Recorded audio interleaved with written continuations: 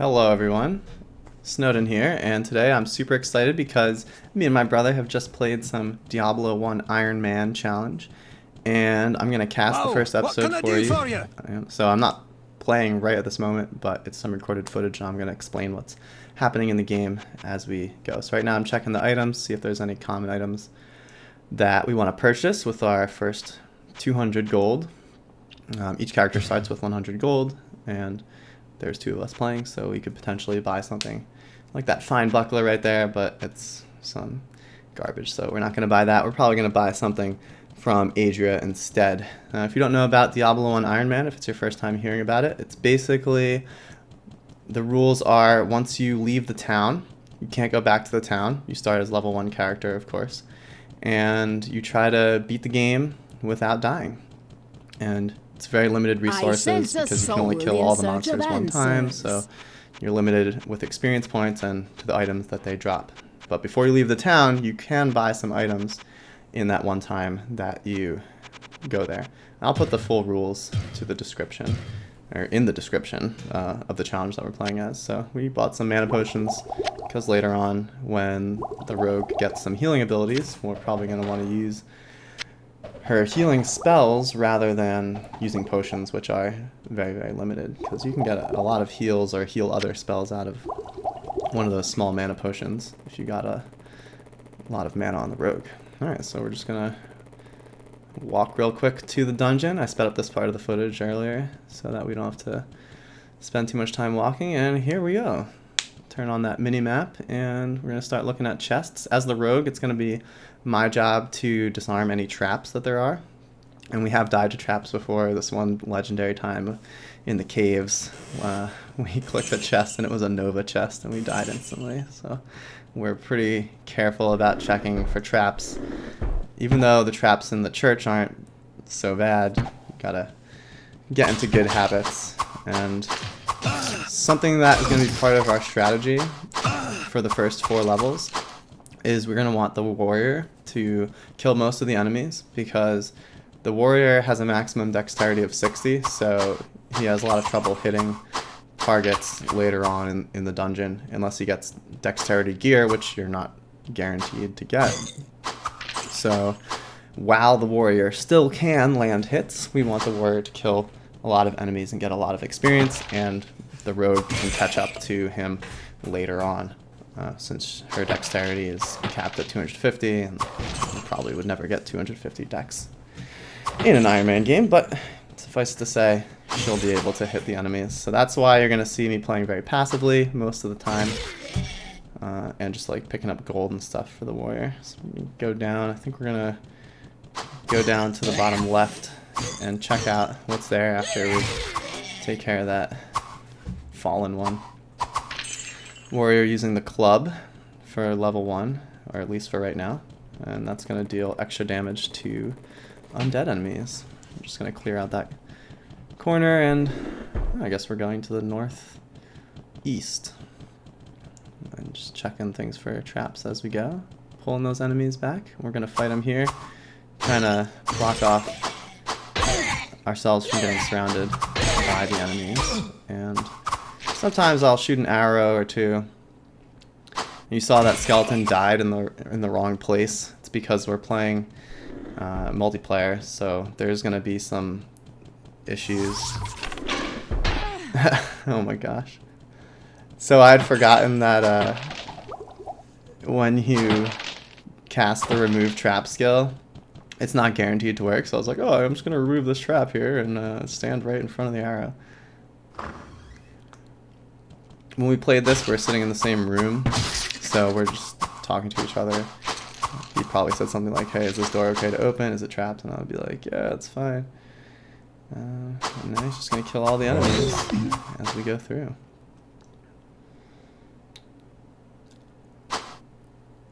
Sometimes they take a long time to get through. Let's see.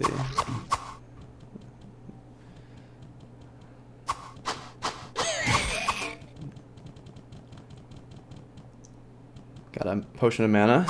That's good. Put it in the collection. Save that for later.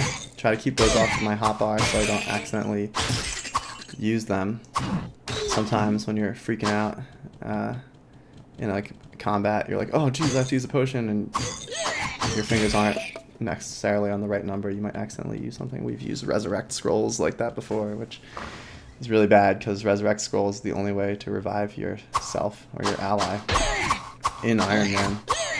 Right now, I think he thinks he's standing in the doorway. That's why he moved. Like, once again, sometimes it tells you you're in the wrong place, or like one person's screen says that you're standing one place, and it can lead to friendly fire. We just got a rags of 4. I don't know if you saw that drop, but the warrior is going to pick that up because the warrior is the tank.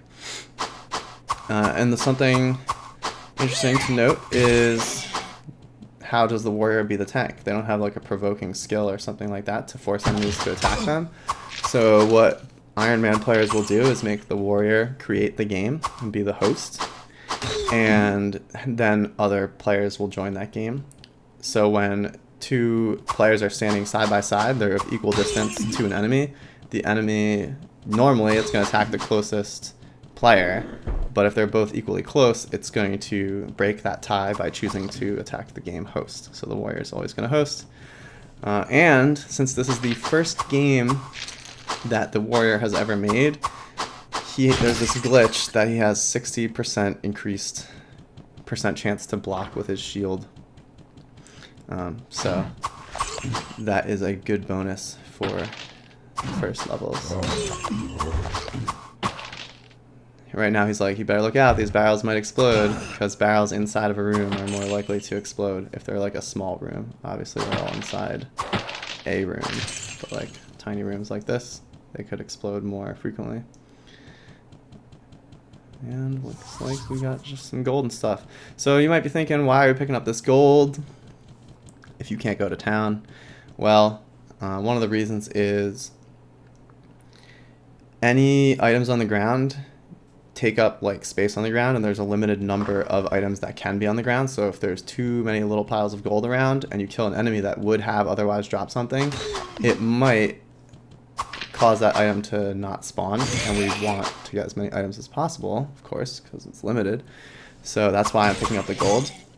And there's this other rule about Iron Man, that if you do kill Diablo, now you're playing on Nightmare mode, and you will start in the town again when you make your Nightmare game. So you do get to spend all that gold if you're so fortunate as to kill Diablo, which we've never been able to do before, but we've gotten pretty close.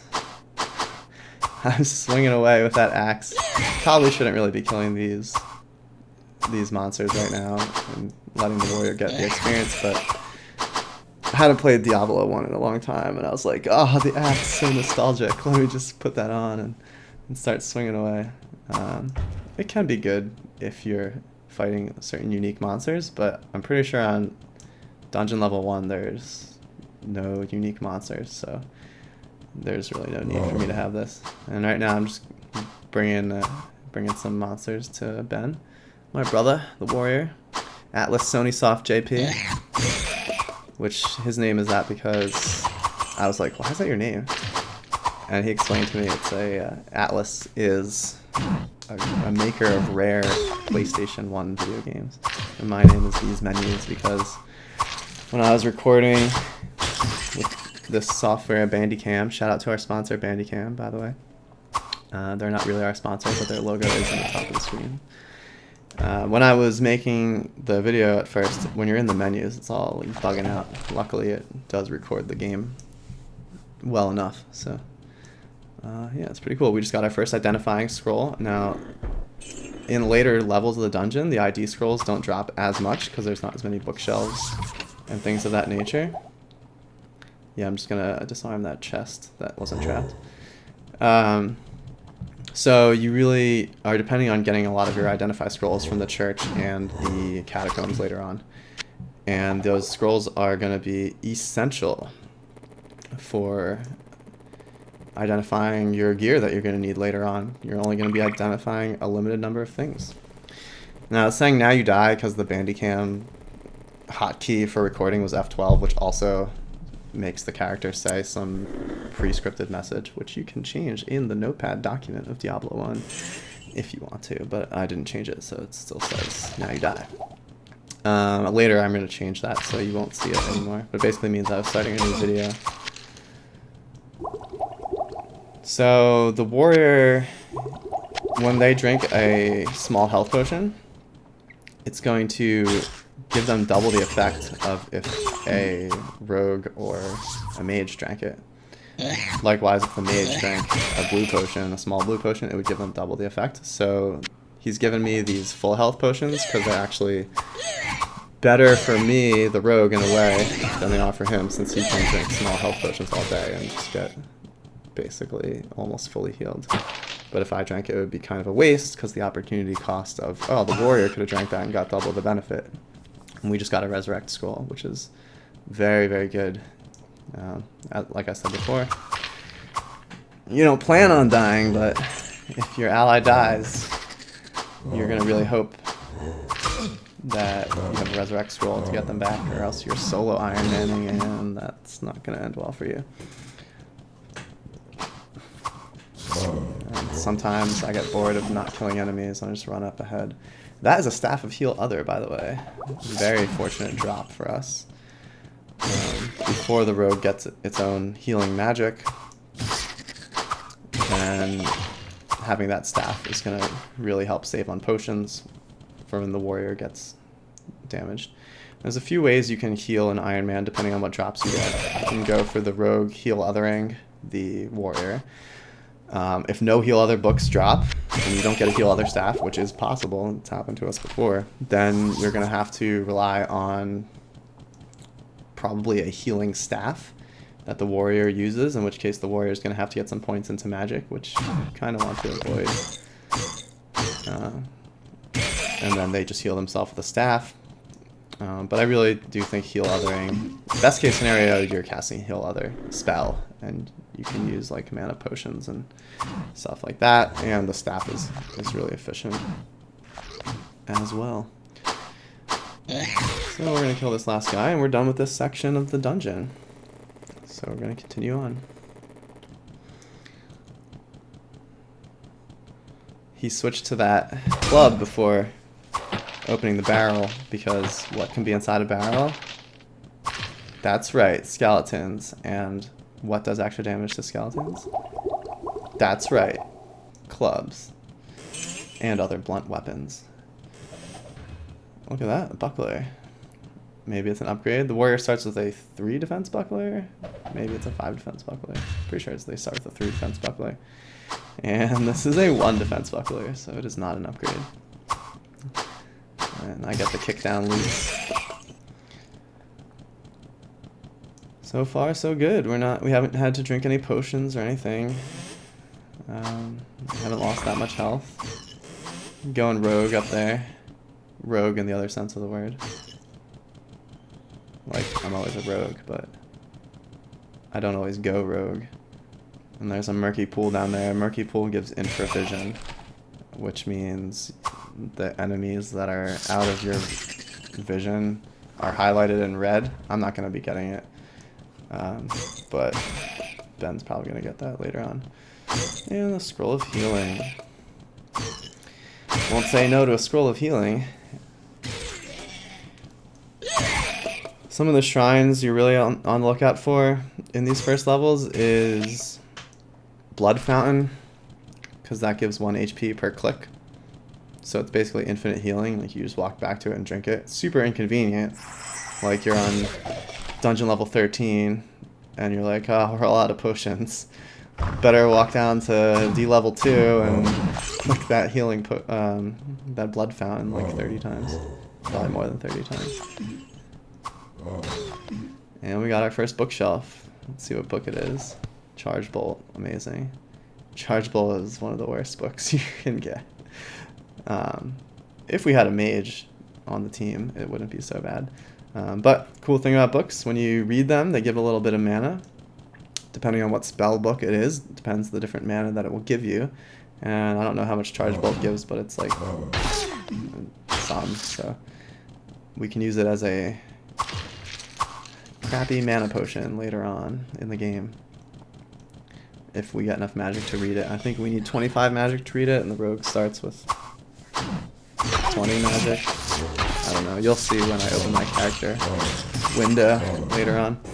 I'm pretty sure it's 20 though. And it looks like I took a hit in that battle, so I might need to be looking out for some experience points. I have 728 out of 2,000, less than half. Because I don't want to heal by using any of our limited resources. I'd rather get the full heal that you get when you level up. I think I just was like, oh, we're in danger. I need to start fighting. Anytime that you see us get surrounded, I'm gonna start playing a little more aggressively. And this guy was, I didn't want him to hit me, so had to kill him, even though that would have been a nice experience points for my brother. What's shining over there? Is it a shrine? Oh, it's a bookshelf. It's a book room, a mini library. Alright, it's guarded by a single fallen one. And what scrolls is it? Healing. Identify, one of the best scrolls to get. What do you think's better, an identify scroll or a resurrect scroll? Let me know in the comments below, for Ironman purposes, of course. What? Oh, he picked up a charged bolt book. So that's our second charged bolt book. Like, you really want healing books, heal other books, like, charged bolt books. Even a firebolt, you can at least read it and like get some mana, because it only costs 15 magic to read, so even the warrior can read. Actually, they might start with 10. Maybe the warrior starts with 15. Anyway, there's been games where we had like such high level firebolts that the whole point of it was to... Third charge bolt book, amazing. Healing, I don't know what he picked up, but yeah, I'm like, amazing, 3 charge bolt books. But like I was saying, if you have a high level spell, or rather, when you read a scroll, the scroll spell is the level of the spell you have like selected on your hotbar right now, like where my trap skill is. So let's say I had level 6 firebolt, put on firebolt to the hotbar, right click a healing scroll, that's a level 6 healing coming from that scroll. So good to know for when every little bit counts, like an Ironman. I'm getting a little ballsy, go fight that barrel. That's a small healing potion. Okay, this is the last zombie. Is this the last enemy on the level? My rags are about to break. Looking around, checking the map. The reason I don't have that up there is because my game crashed earlier, so I had to like walk back in. I was like, town, disgusting, why am I here? And that's level 1. So, thanks for watching, and I'll see you in the next one.